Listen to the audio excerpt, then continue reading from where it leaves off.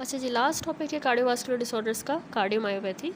Cardiomyopathy actually ये term जो है ना रेफ़र करती है disease of heart muscle which are non inflammatory and are not associated with hypertension. ठीक है, ना ही उनमें हाइपरटेंशन होती है, ना ही कंजेनिटल हार्ट डिजीज़ होती है, ना वाल्वुलर डिजीज़ और ना ही कोरोनरी आर्टरी डिजीज़।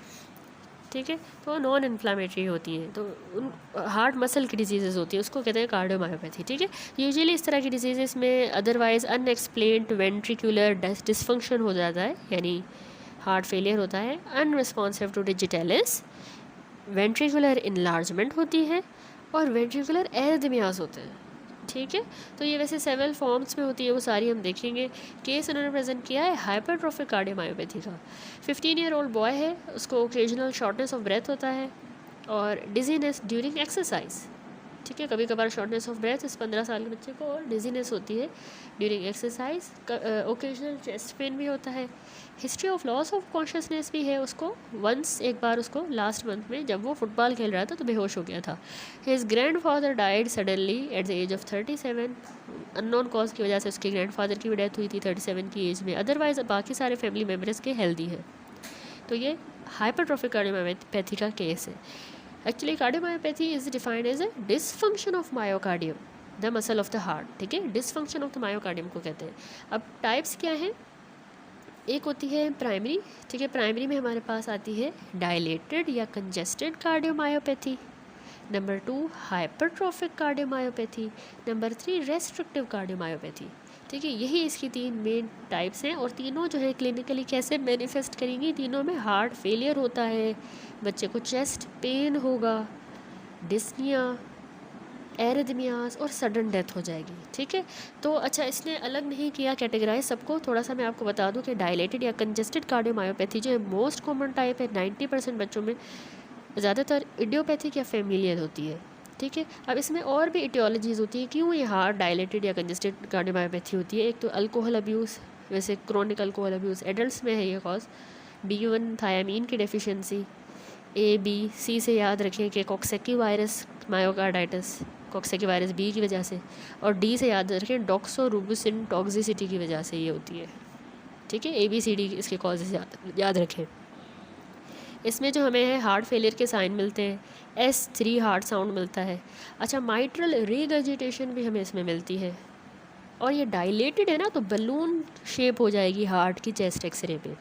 ट्रीटमेंट यही है, इसमें सोडियम की रिस्ट्रिक्शन करनी होगी, ACE इनहिबिटर देने होंगे, beta blockers, diuretics, digoxin, intra implantable cardioverter, defibrillator, और इसके अलावा लास्ट ऑप्शन होता है हार्ट ट्रांसप्लांट। ठीक है, दूसरी टाइप है रिस्ट्रिक्टिव कार्डियोमायोपैथी। ये वाली जो टाइप है रिस्ट्रिक्टिव, एक्चुअली ना ऑटोजोमल रिस्ट्रिक्टिव में जो कॉज है वो कोई इनफिल्ट्रेटिव प्रोसेस है, ये हार्ट को रिस्ट्रिक्ट कर रहा है, उसको कॉन्ट्रैक्ट नहीं होने दे रहा, तो इसमें इनफिल्ट्रेटिव प्रोसेस होता है मायोकार्डियम के अंदर, जिसकी वजह से हार्ट का मसल स्टिफ हो जाता है और पंपिंग एक्शन उसका इंटरफेयर होता है, तभी इसको रिस्ट्रिक्टिव कहते हैं।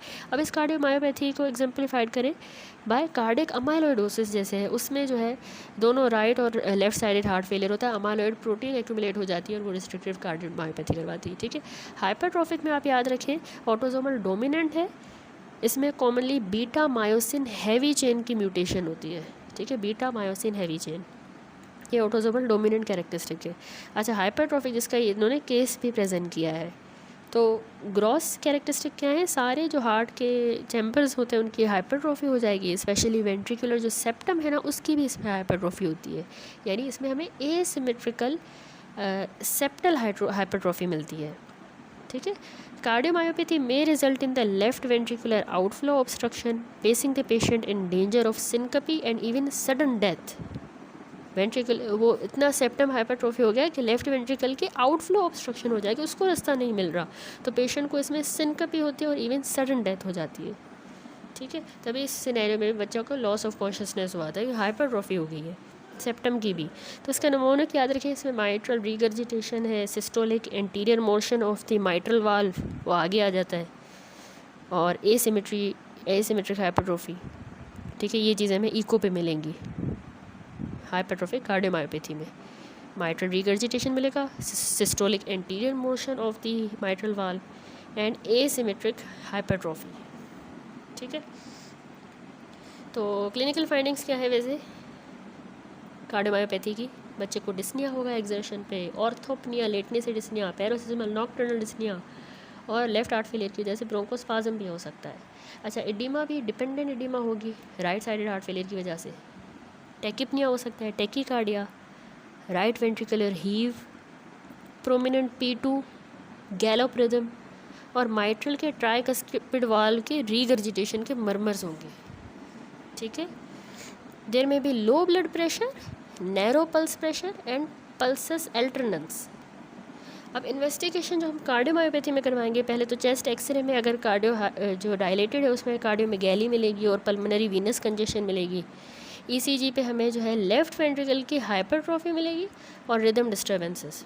और इको जो मैंने आपको बताया ये डायग्नोस्टिक होता है in defining the left ventricular function.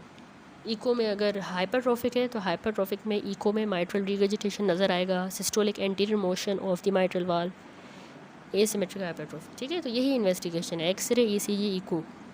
Management क्या है? अच्छा, ईसीजी में भी एक और याद रखें कि इसमें अगर हाइपरट्रॉफिक है तो ईसीजी में हमें लेफ़्ट वेंट्रिकल की हाइपरट्रॉफी के चेंजेस भी मिलेंगे और टी वेव की इन्वर्जन। ठीक है, मैनेजमेंट में इसमें याद रखें डायूरेटिक्स हमने अवॉइड करने होते हैं। ठीक है, हाइपरट्रॉफिक में हमने अवॉइड करने होते हैं, और एसीई इनहिबिटर्स। वैसे मैनेजमेंट में आइनोट्रोपिक एजेंट्स हम देते हैं ताकि इसका लेफ़्ट वेंट्रिकल का फंक्शन इम्प्रूव हो, आइनोट्रोपी। ठीक है, आइनोट्रोपिक एजेंट। और वेजो डायलेटर्स देंगे ताकि जो लेफ़्ट वेंट्रिकल का लोड है वो अनलोड हो, उसका थोड़ा वज़न कम हो, वो अनलोड हो, उसके लिए वेजो डायलेटर। डायूरेटिक्स से क्या होगा कि प्री लोड कम होगा। ठीक है, डायूरेटिक्स देंगे। एंटी एरिदमिक मेडिकेशंस भी देते हैं रिदम डिस्टर्बेंस अगर है। रिफ्रैक्टरी केसेस में फिर हमें लास्ट में कार्डियक ट्रांसप्लांटेशन करना पड़ेगा। ठीक है, दैट्स इट। तो यहाँ पे कंप्लीट होता है टॉपिक कार्डियोमायोपैथी।